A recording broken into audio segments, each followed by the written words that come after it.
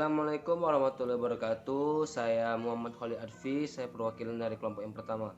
Adapun teman-teman saya yang dari kelompok pertama yaitu Rizky Humairah dan Kaila Putri Jarana Sada. Saya di sini selaku moderator serta pembawa pemateri yang kedua. Adapun judul presentasi materi yang akan kami sampaikan hari ini yaitu tanggung jawab angkutan publik dan laporan audit. Baiklah, selanjutnya akan dipaparkan materi oleh Rizky Humairah. Kepada saudari Rizky Humairah, saya persilakan. Assalamualaikum warahmatullahi wabarakatuh. Saya Rizky Humairah Nasution sebagai pemateri pertama akan membahas materi mengenai tuntutan hukum akuntan publik dan pengertian laporan auditor. Baiklah, langsung saja masuk materi yang pertama yaitu tuntutan hukum akuntan publik. Profesi akuntan publik ini sangat tinggi resikonya.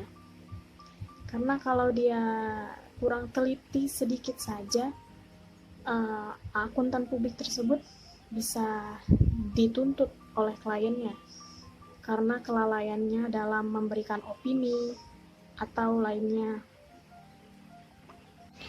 Tuntutan hukum akuntan publik itu terjadi karena 3 hal.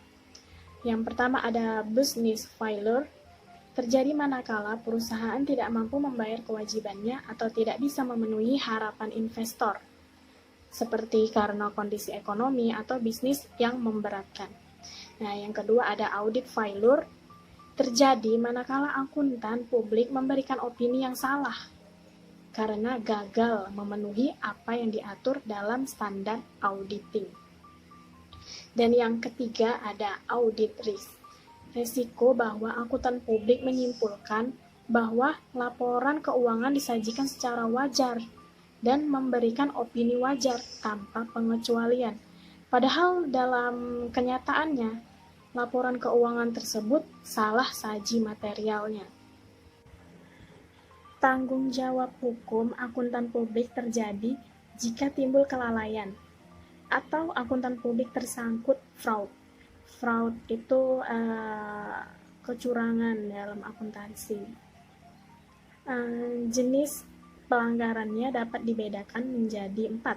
Yang pertama ada ordinary negligence, itu kesalahan ringan. Itu masih manusiawi, tidak sengaja. Ini merupakan pelanggaran yang ringan. Yang kedua ada gross negligence, kesalahan yang agak berat. Harusnya tidak terjadi jika auditor menerapkan due professional care. Yang ketiga ada constructive fraud. Nah, yang ini pelanggaran berat. Akuntan publik terlibat secara langsung atau tidak langsung membantu dalam fraud yang dilakukan manajemen. Yang keempat ada fraud. Nah, yang ini pelanggaran yang sangat berat. Akuntan publik secara sadar terlibat bersama manajemen dalam melakukan fraud. Nah, di Indonesia sendiri, tuntutan hukum bisa berasal dari klien, investor, Bapepam, LK, PPAJ Departemen Keuangan, Bank Indonesia, pengguna laporan keuangan, dan lainnya. Nah, sanksi yang diberikan misalnya, sanksi yang diberikan PPAJ Departemen Keuangan bisa dalam bentuk peringatan tertulis, pemberhentian sementara pemberian jasa akuntan publik, atau usulan kepada Menteri Keuangan untuk pencabutan izin praktek akuntan publik tergantung berat atau ringannya pelanggarannya. Nah, kemudian sanksi yang diberikan Bapepam LK dalam bentuk peringatan tertulis, larangan pemberian jasa di pasar modal, dan lainnya. Sedangkan pihak lainnya seperti klien, investor, BI, pengguna laporan keuangan juga bisa mengajukan tuntutan hukum ke pengadilan jika merasa dirugikan.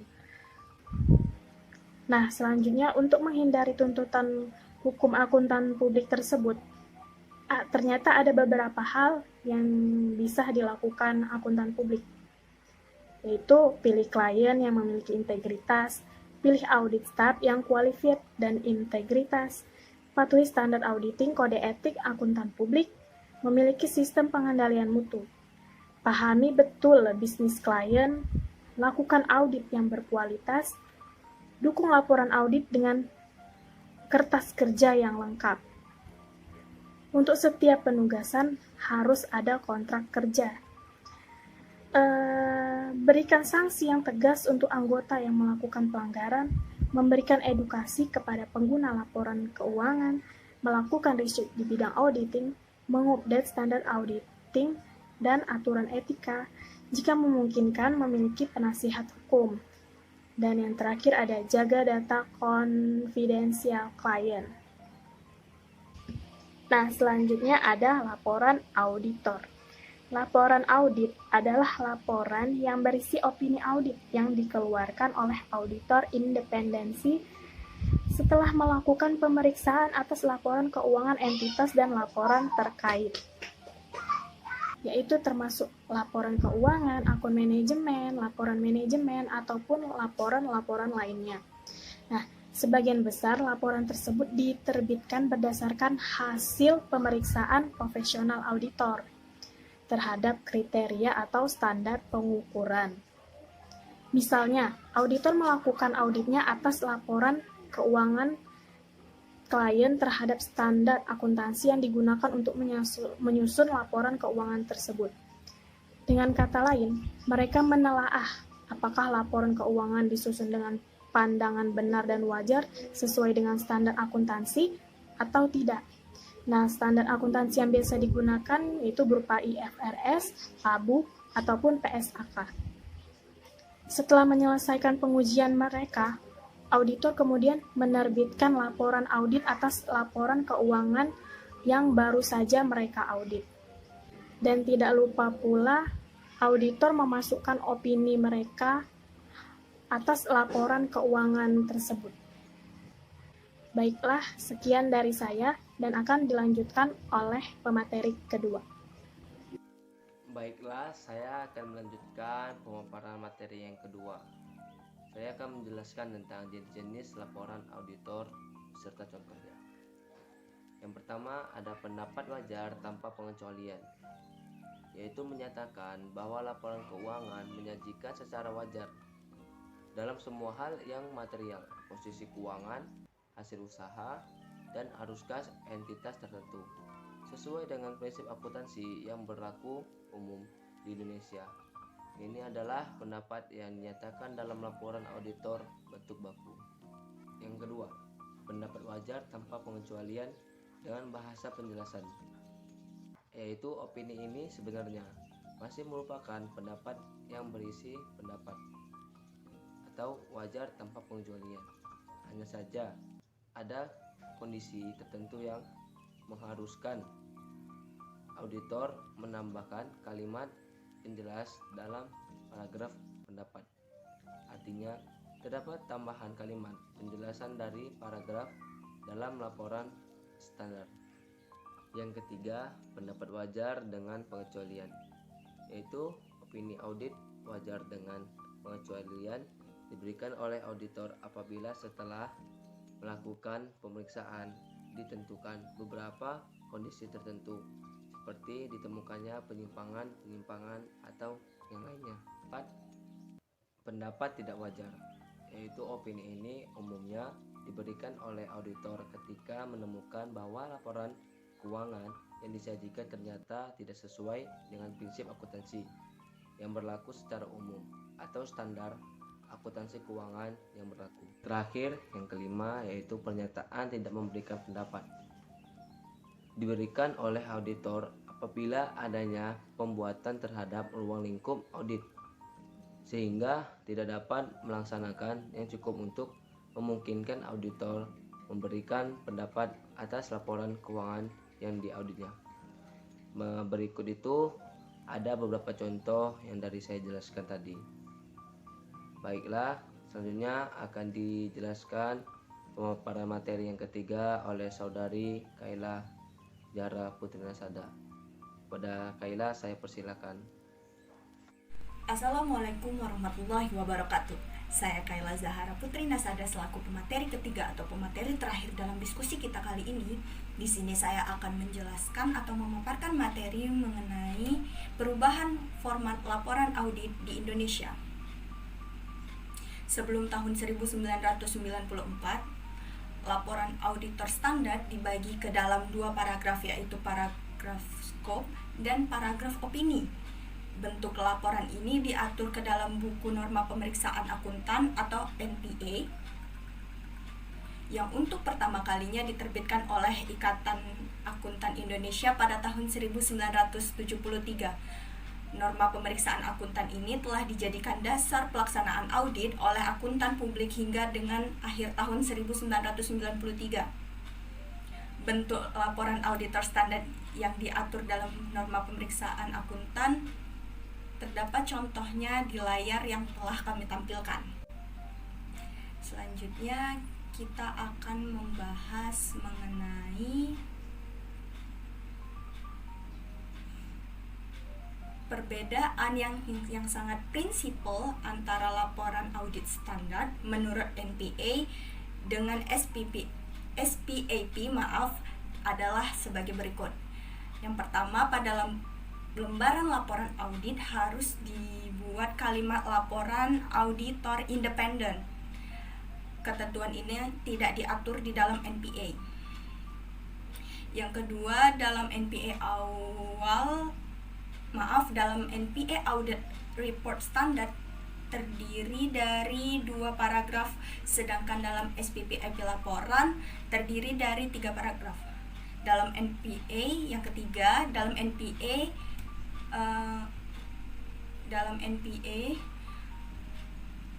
awal paragraf scope dimulai dengan kalimat kami telah memeriksa, sedangkan dalam SPPAP dimulai dengan kalimat telah mengaudit.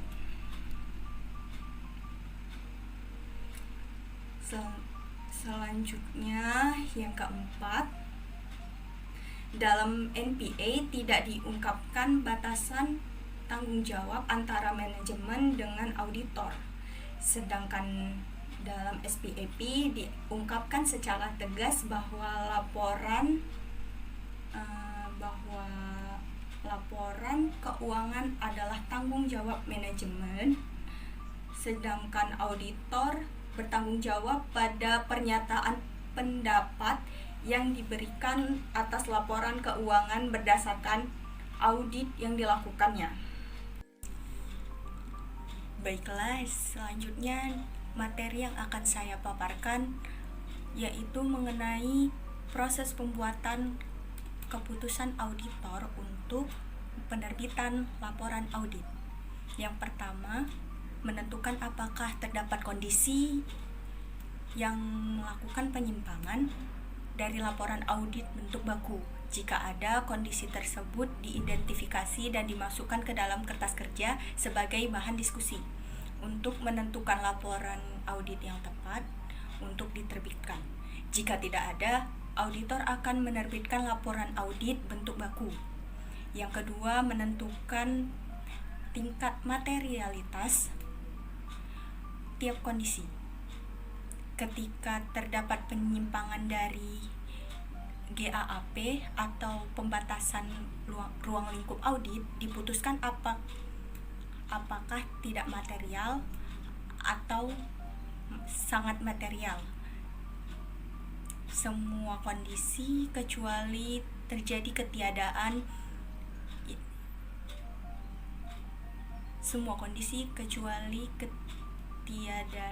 independensi. Bagi auditor hanya membedakan apakah tidak material atau material, merupakan hal yang sulit dan membutuhkan pertimbangan yang matang. Yang ketiga, memutuskan jenis laporan auditor yang tepat bagi kondisi tertentu, memutuskan jenis pendapat yang akan diberikan dengan bantuan suatu alat pembantu pembuat keputusan. Yang keempat, menuliskan laporan audit. KAP memiliki suatu file komputer yang telah berisi kalimat tentang masing-masing kondisi yang berbeda. Dan pada akhirnya kita masuk ke dalam pembahasan terakhir dalam materi kita kali ini, yaitu keterbatasan dari laporan auditor. Yang pertama, laporan auditor itu diterbitkan setelah tanggal neraca. Oleh karenanya informasinya sifatnya dinamis, sehingga ada informasi-informasi penting yang terjadi antara tanggal neraca dengan tanggal laporan yang tidak diungkapkan dalam laporan keuangan yang diaudit oleh auditor. Misalnya, jumlah kas, nilai piutang, nilai persediaan, dan hutang. Yang kedua, dalam melaksanakan audit, auditor dibatasi oleh waktu dan biaya, sehingga dalam pemilihan data yang akan diuji oleh auditor menggunakan sampel.